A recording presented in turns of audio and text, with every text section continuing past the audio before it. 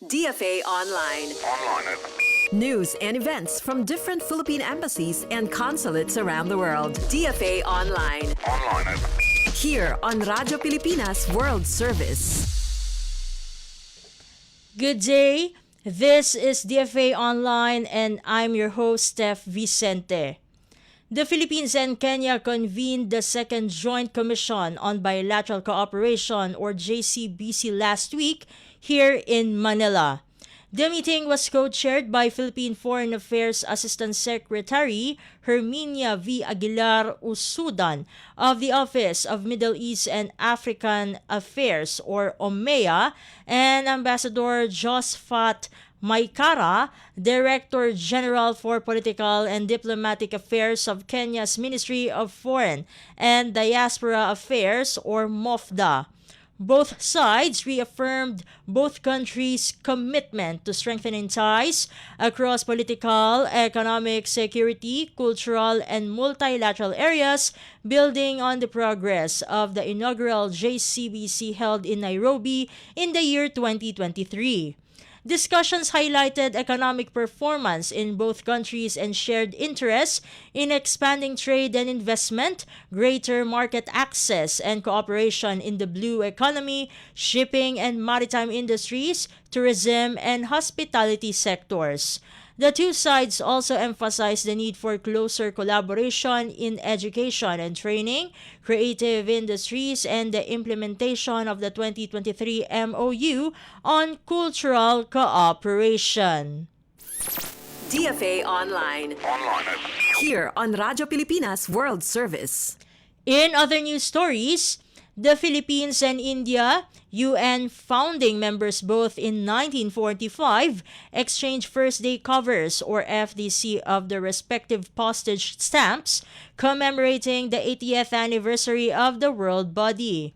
Visiting the Department of Post headquarters, Philippine Ambassador to India, Josel F. Ignacio, presented Secretary of Post Vanita Kaul, the UN at 80 FDC, and specimen stamps issued by the Philippine Postal Corporation or PhilPost.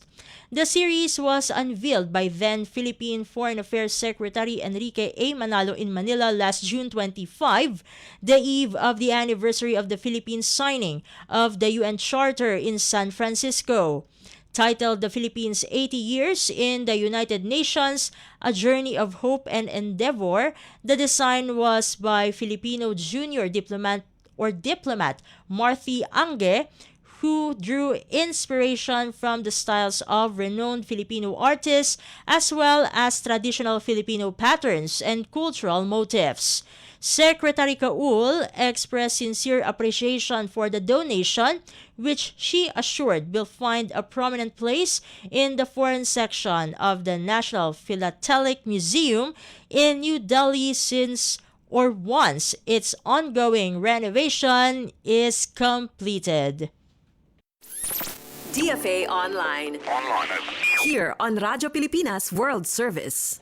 And finally, the Philippines and Singapore convened the 7th informal consultations on the Philippines-Singapore Action Plan or ICPSAP in Singapore.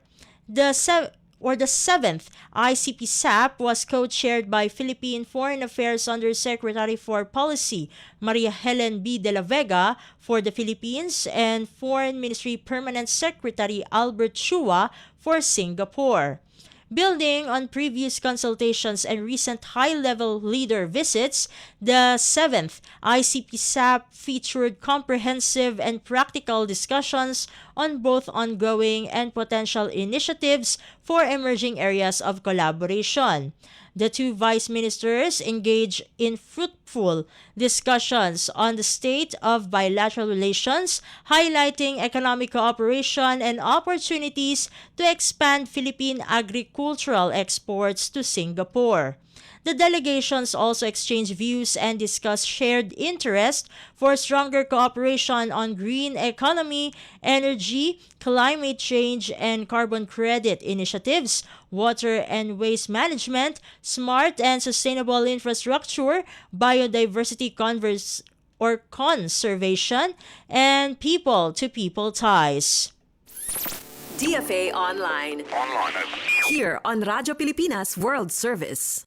And that concludes today's edition of DFA Online for Radyo Pilipinas World Service. This has been Steph Vicente.